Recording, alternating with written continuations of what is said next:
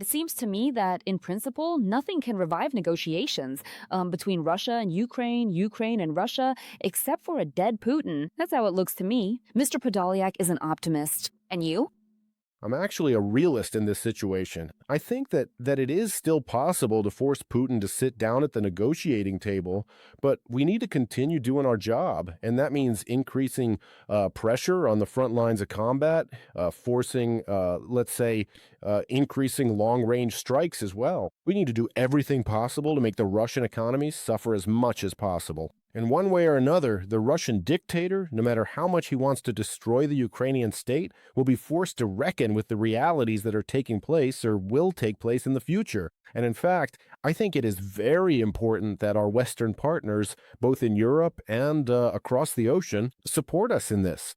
And I would, of course, like to see, wait for those positive signals that we are all expecting. This includes increased sanctions pressure on Russia. This also includes the signing of new agreements that could strengthen us and many other, we are expecting signals that could truly influence the course of the war. Obviously, I am not an optimist in the sense that we will be able to get Putin to the negotiating table right now, or in a week, or in a month. No, obviously, it's clear that this is a very long process. And now, 40 days have just come to an end, which were let's say, set aside by the Ukrainian state for the special operation against the Russian Federation. And we see that there are already positive results now that these 40 days have passed, and there is already talk of a new 40 days. Actually, I think that the most accurate measure here would not be days, but weeks. If we're talking about weeks, then I think that 40 weeks, specifically, could have a positive impact on the situation. Why? Because, firstly, it's a more manageable perspective, and in these 40 weeks, one could accomplish significantly more than in 40 days. And this applies to strengthening our capabilities and signing new agreements with Western partners, and obviously, let's say, developing a new strategy that could be as effective as possible. And by the way, this also applies to the winter period, which we are talking about now, regarding the limitation of strikes.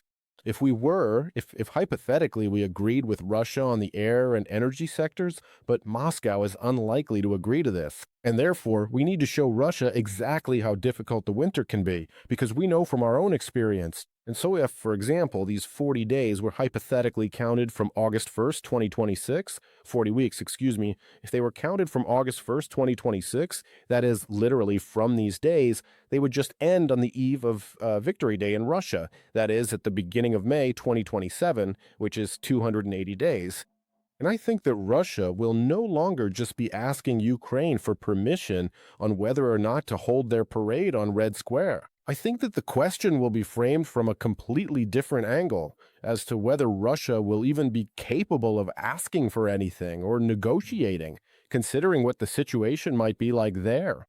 But we also understand that we, of course, are suffering from Russian strikes. And obviously Moscow, is carrying out retaliatory strikes, or it is doing everything possible to terrorize Ukraine, just as it has been doing since the beginning of the full-scale aggression since February 2022. And therefore, we also need to work on strengthening our defense capabilities. And here we can talk about new drone capabilities and anti-ballistic defense and so on. If we don't have reliable protection, we will also suffer and won't be able to normally, let's say, work in the context of putting pressure on Russia. Therefore, we are hoping for the understanding of our partners and for finding those opportunities that will be able to provide us with everything we need if we are talking about protecting our Ukrainian sky. Therefore, we are expecting something new, and we see that right now. These issues are being raised during the 5-day meeting of Ukraine's ambassadors, and both the president of Ukraine and many other representatives of our state have outlined quite a few important directions. This is both in the context of cooperation with our partners and strengthening our capabilities. If we are talking about air defense, missile defense systems, about anti-ballistics, about the development of unmanned technologies, and so on, And of course, there is a lot of talk about sanctions pressure, both from the Ukrainian side regarding the restrictions that can be introduced by the Ukrainian state, and of course by our Western partners. We need to work in this direction and obviously multiply and scale all of this. Then there will be results. That's why it seems to me that after all, 40 weeks makes more sense here than 40 days. Although, of course, you can measure it however you like. And the main thing for us probably is still to work on these tasks that exist without looking beyond the horizon. Let's break it down. There are several streams here that are definitely worth highlighting. Well, I'm quite cautious, and I'm probably not the only one who finds it painful when we say that it's Russia striking in response. In truth, it is we who are responding. Everything we do is in response to Russia. And it's obvious that the logistics, which are now heavily thinned out by Ukrainian defense forces, Moscow's military logistics, energy logistics, and the logistics of wild berries, ozone, and frankly, other channels for delivering good news, let's put it that way, to the Kremlin, to Red Square, it should have a significant impact on the negotiation process. So, what kind of actions do you think we should be taking now so that this pause isn't used exclusively to strengthen the Russian Federation in the context of attacking either us or someone else, to exert pressure, and so that we ultimately gain real leverage and the means to seat them at the negotiating table and force them to talk?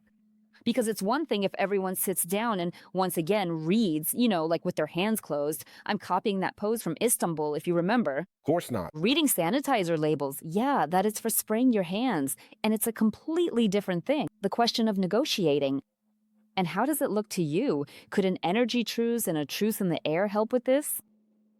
Well, I think that most likely this would be a kind of test of the ability. Russia in general, well, negotiating on we're talking about making deals. Whether Moscow will actually agree to such, at least short temporary truces, I'm not sure. Actually, I want to remind you that there have been very few cases where such truces have worked. For example, there were ones timed to some holidays, for example, Easter or something else. But in reality, Russia, even if it was some kind of initiator, that was very rare. But such cases did happen. It was the one that violated them itself. And therefore, I wouldn't go so far as to say that Russia would really agree to an energy truce or an air one. Moreover, we see that the Russian Federation thinks in its own categories. If, for example, there are no strikes, no attacks on the capital, it's as if there are no attacks at all. Well, in reality, that is the logic, because everything in Russia is centralized. The main thing there is Moscow. The main thing is to drag all the air defense, all the economic resources, and so on over there. And that's, in fact, where the Russian dictator sits, and he almost never leaves the outskirts of Moscow, even if we're talking about Russia. He rarely visits even those regions, now that he used to visit before, when there wasn't in general. The actual phrasing? Listen, Putin rarely visits Russia, right? Actually, in other regions of Russia, the logic is different. You have to understand that Moscow is like a state within a state. Yes, yes, yes. That's the whole irony in that phrase, that every word is true. True, yes. And that is actually how it's perceived both by the Russian authorities and by the residents of Moscow, by the way. In other words, there's a somewhat distorted perception of statehood as such, and we must understand that. But they are also extrapolating it to our realities. They believe that if they don't strike Kyiv for 3 days or 5, well, maybe it'll be timed to some dates or some holidays or just any agreements to test how ready the parties are to move forward in the negotiation process. Then they will continue to strike other regions. We see this. Can we find even 1 day right now? No, there isn't one. I'm tracking. Yeah. I am recording whether there is a single day where no region of Ukraine has suffered. No. Since February 24th, 2022, I also don't remember such a day. They're always shelling. They're always CA carrying out this terror. You correctly noted. In reality, they started this. They are constantly terrorizing and killing our people, destroying infrastructure, cities, energy, and so on. And we are forced, as best we can, to defend ourselves and to carry out those strikes ourselves that would hit Russia painfully. Since 2014, Luhansk, Donetsk, and Crimea are ours, regardless of what anyone says. Definitely. And that is not up for discussion. However, we are approaching a difficult, challenging winter. It seems everyone has already shoved their rose colored glasses into drawers and no longer believes that winter will suddenly become warm or hot and comfortable. No. Therefore, one of the main tasks for Ukrainian ambassadors is preparing Ukraine for winter, President Zelensky declares. He says diplomats must help with finding the necessary equipment for the energy system and air defense assets. And according to the president, ambassadors must work on ensuring gas imports and other solutions that can support the country during the winter. This year, winter is also an obvious priority for everyone. This year, your task is to provide maximum support on the external track in relations with partners for the government of Ukraine. Right now, we cannot predict with 100% certainty when all our diplomatic efforts will work. When Ukraine's long-range sanctions against Russia, when our strikes and all the partner sanctions will reach exactly the level of pressure where Russia has no other alternative but peace. The Ukrainian ambassador must know how many air defense missiles are in the country where they're posted and how to ensure that those missiles are not just sitting in warehouses somewhere, but are in our launchers here in Ukraine. Actually, what should we understand from this speech? And let's divide it into two parts. We never thought that interceptor missiles would become part of the energy preparations for winter. But ambassadors must understand the number of missiles or interceptor missiles that one country or another can provide to us. There is a big question here for intelligence. How, to what extent intelligence will be ready to share this information with our ambassadors, but nevertheless. And the second is to find opportunities, among other things, through international organizations, various collaborations that would already be effective and impactful for the country. Every region has a different level and different need for winter preparation. What do you think we will face? What are the biggest risks? We, the citizens of Ukraine directly, the ambassadors who represent Ukraine abroad.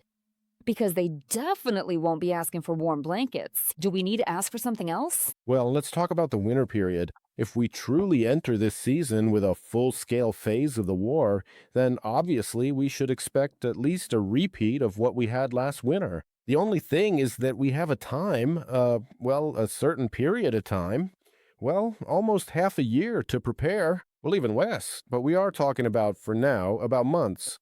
And knowing that the Russian Federation will continue this energy terror, in reality, it is terror aimed at freezing Ukraine, depriving people of light, water, heat, and everything else, we need to develop various alternatives so that we can give the citizens of Ukraine the opportunity to feel more or less normal.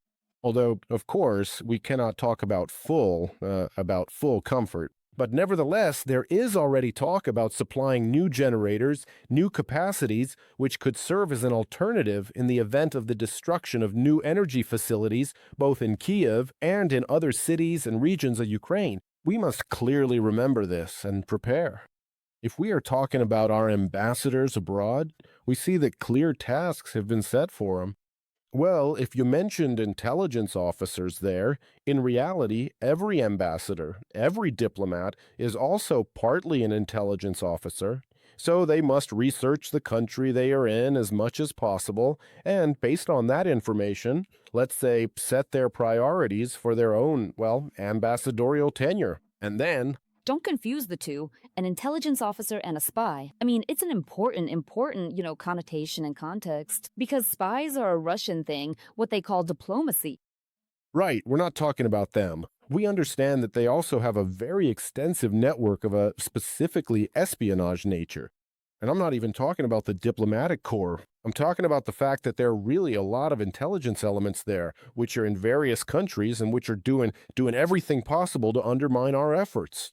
If we are talking about the work of Ukraine, of Ukraine's representatives abroad, but here we also need to outline those regions that can help us as much as possible in obtaining such opportunities that could protect us from a harsh winter. If we're talking about generators, various humanitarian aid, And likewise, if we're talking about the military component, that's air defense, drones, anti-ballistic capabilities. And here, it seems to me, we can talk about Europe as, well, about European countries that can provide us with anti-ballistic capabilities. If we are talking about humanitarian aid, then that is a significantly broader context. In this sense, many more countries can support us because not everyone possesses advanced military technologies, but they can provide us with, again, various capabilities that could help Ukrainians survive the difficult winter period.